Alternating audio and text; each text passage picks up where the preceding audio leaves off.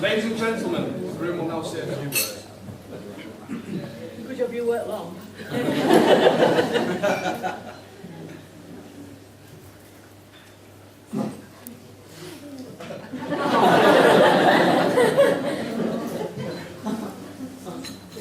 Good afternoon and welcome to our wedding breakfast. We hope you're all enjoying ourselves on this, our special day.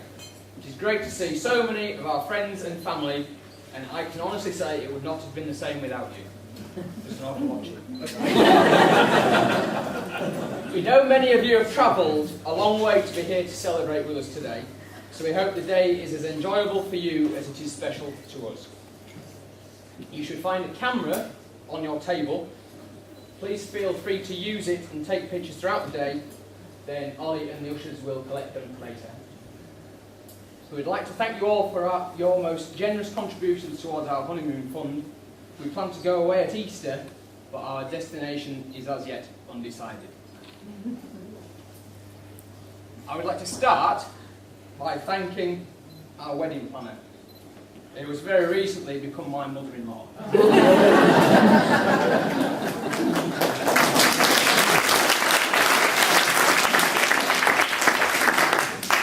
Sue has worked tirelessly for a whole year towards arranging today's proceedings and has done so well to lose more than 4 stone over that time.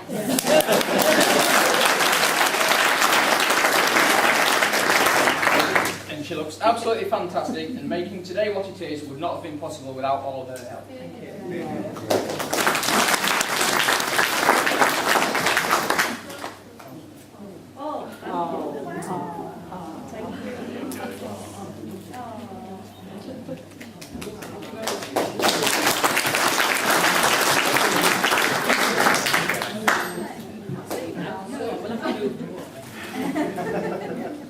I would like to thank Malcolm for giving Sharon away today and for his kind words and toast. Since I started seeing Sharon 5 years ago, Sue and Malcolm have always made me very welcome, even when my condition did not deserve it.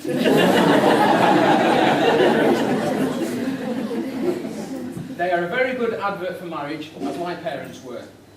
Their most significant argument, very much recurring and very much unresolved, relates to whether or not Malcolm is allowed custard greens 5 minutes before his dinner, which isn't bad after 27 years of marriage.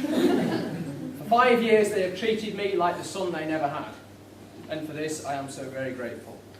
So I would now like to propose a toast to Malcolm Sue.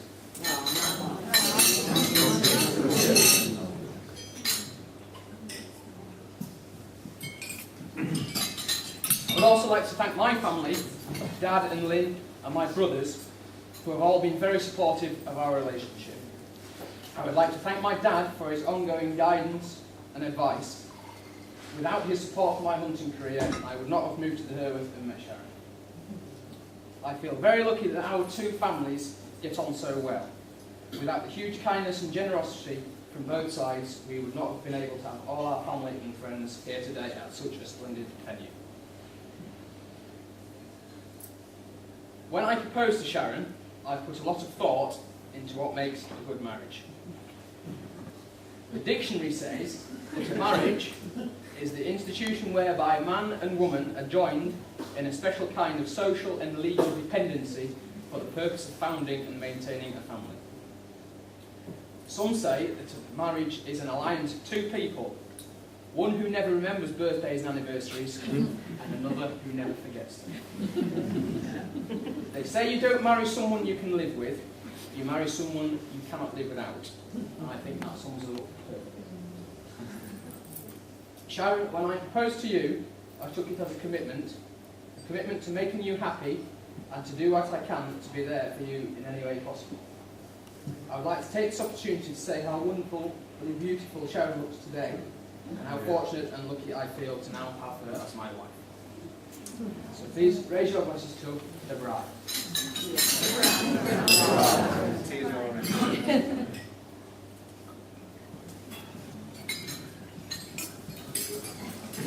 I would now like to move on to thank our 3 lovely bridesmaids, Helen, Katie and Jenny. who also look very beautiful today. Helen has done a great job organising them and their attire for today and assisting in Sharon's preparations this morning.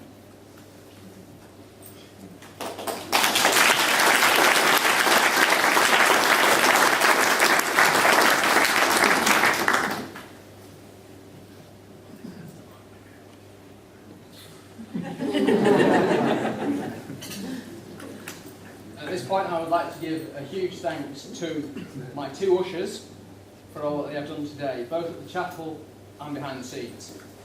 Andrew Payne, Lincolnshire Duck farmer and semi-successful entrepreneur, has repeatedly furnished us with a wide variety of poultry and always drops everything whenever I need it. We've shared some interesting times at White College, and I sincerely hope he feels more human tomorrow than I did the day after his wedding. Nick Foam, international agricultural journalist, West Country boy, and motor racing champion. Thank you very much for doing a reading during the service. It was very much appreciated. We were on the same course together at Y and made a very enjoyable time of our 3 years.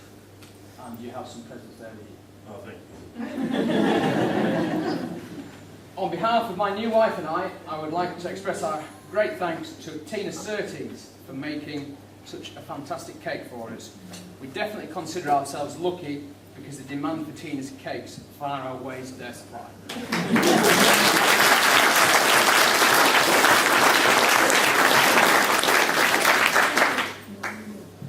I would now like to thank Ollie for agreeing to be my best man and for all the effort he's put into getting the ushers organised to make sure the day runs smoothly. We were also at White College together and rented houses from the same landlady. Ollie has been a great and close friend ever since we first met, and so it was a natural choice to be my best man. I would like to especially thank him for abandoning his hectic schedule and travelling halfway across the planet to be here for me today. And this bit's in brackets because I didn't know whether I need it or not. I'd like to thank him and his ushers for not stitching me up too badly on the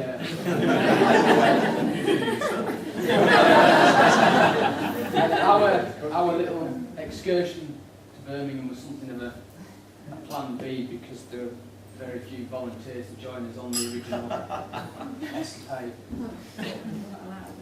Lastly, I would like to take this opportunity to make sure that all of you are very much aware that the man you see before you here, Oliver Barnes, has a very vivid imagination. So, any anecdotes featuring in the following speech highly likely to be based on pure fiction. Instead of anything that's actually happened. As long as you're all aware of that.